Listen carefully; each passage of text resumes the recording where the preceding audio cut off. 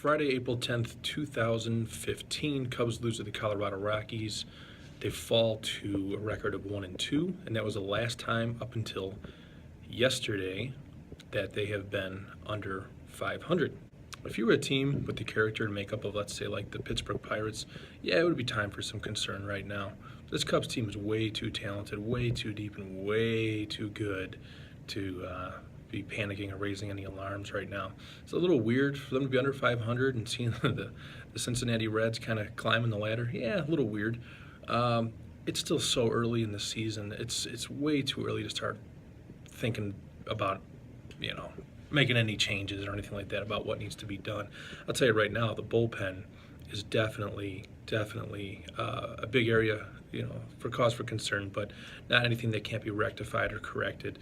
You've seen Chris Bosio make some great turnarounds, some pitchers that have struggled, reclamation projects that the Cubs have brought in. But it does go to show what a lockdown bullpen can do, the difference it makes. Look at last year when the Cubs brought in Chapman as a closer.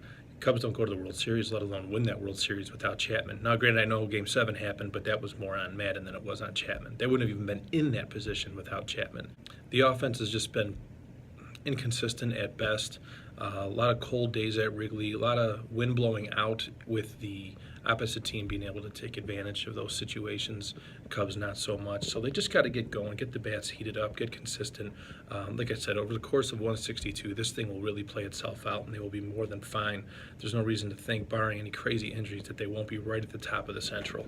So give it some time. All it takes is a stretch of going 8-2, win 13 out of 16, something like that, which they very, very easily can do and very likely will do very soon, and we'll be right back on track. So Cubs are fine. Don't worry. Give it time.